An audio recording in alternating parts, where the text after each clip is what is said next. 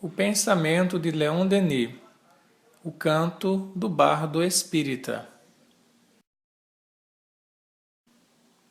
Amigos e amigas que nos ouvem, que buscam compreender um pouco mais da doutrina espírita, temos a alegria e o prazer de iniciar essa série de reflexões sobre um autor muito especial que foi considerado na sua própria época como o apóstolo do Espiritismo, aquele que deu sequência à obra do codificador Allan Kardec.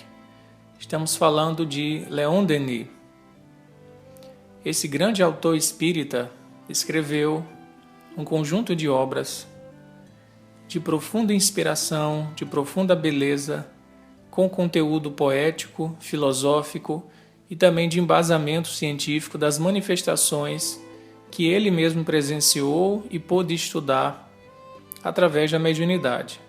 No livro Brasil, Coração do Mundo, Pátria do Evangelho, o espírito Humberto de Campos nos diz que, dentre a equipe espiritual que auxiliaria Allan Kardec na sua obra redentora, estava presente a figura de Leon Denis, que teria a missão principal de fazer o desdobramento filosófico do Espiritismo. Além disso, nós temos a informação nas próprias obras do Leon Denis que o seu guia espiritual era o Jerônimo de Praga. E para quem ainda não tem conhecimento sobre esse personagem da história, o Jerônimo viveu no século XV e foi um grande amigo e o principal discípulo de Jan Hus.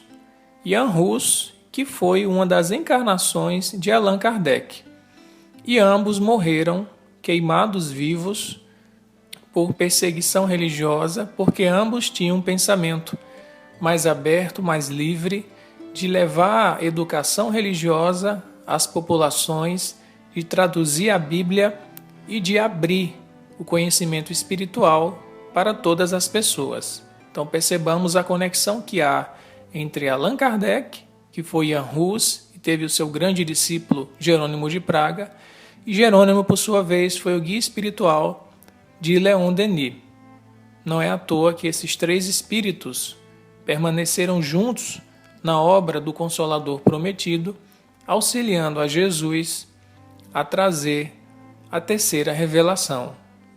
E de início, nós precisamos explicar, para quem ainda não é familiarizado com a cultura dos celtas, com a cultura dos druidas, o significado da palavra bardo, que nós atribuímos a Leon Denis. E que com certeza ele receberia esse nome ou essa designação com muita alegria e com muita honra. Para aqueles que conhecem a sua obra, percebem o quanto ele dava valor às raízes celtas, às raízes druidas, que a própria doutrina espírita e a França, em especial, a Gália, tem enquanto continuadoras dos pensamentos antigos, dos sábios druidas. E Allan Kardec, nós sabemos, isso é a informação mais comum no meio espírita, foi um druida, um sacerdote celta. O próprio nome Allan Kardec é um nome druida, e para que a gente tenha uma noção mínima de como funcionava a estrutura de vida desse povo na época antiga, nós podemos dizer que esse sacerdócio dos druidas ou dos líderes daquele povo celta se dividia basicamente em três classes.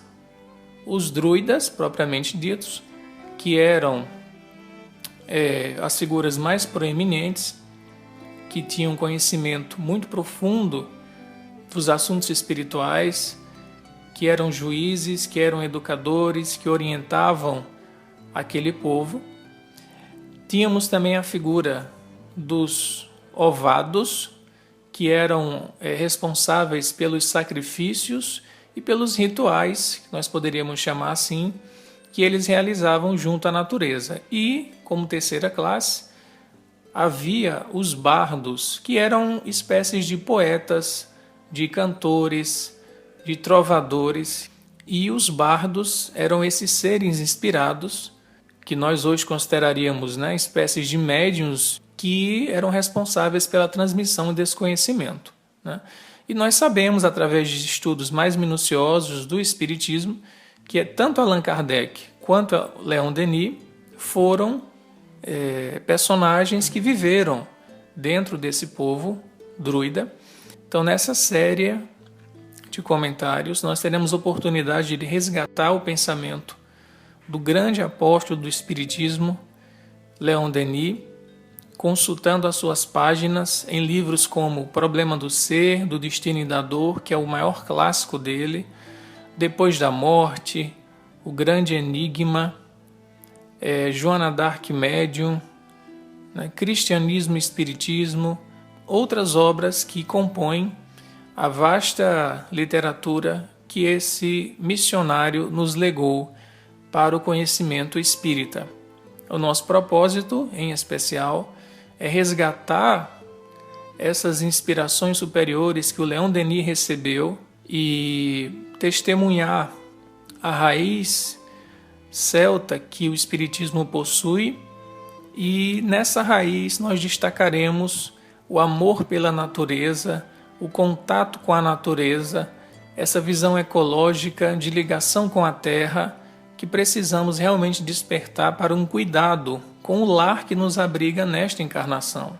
Muitas vezes nós buscamos o conhecimento espírita e ficamos apenas, de um ponto de vista prioritário, olhando para o céu, olhando para o mundo espiritual, querendo já desencarnar para viver a vida pura do espírito. E esquecemos da mãe natureza, da terra, como diziam os celtas, que nos abriga, que nos acolhe em seu seio e que pelas forças naturais nos auxiliam também no progresso espiritual. A relação espírito-matéria, tão bem explicada por Allan Kardec na codificação, precisa ser clarificada para todos nós, de modo que não percamos, né, de vista a importância de lidarmos bem com a natureza. E essa é a grande virtude do povo celta, dos druidas, e essa virtude é trazida por Leon Denis em seus livros, né? A vigorosidade, a vontade, o trabalho junto com a natureza,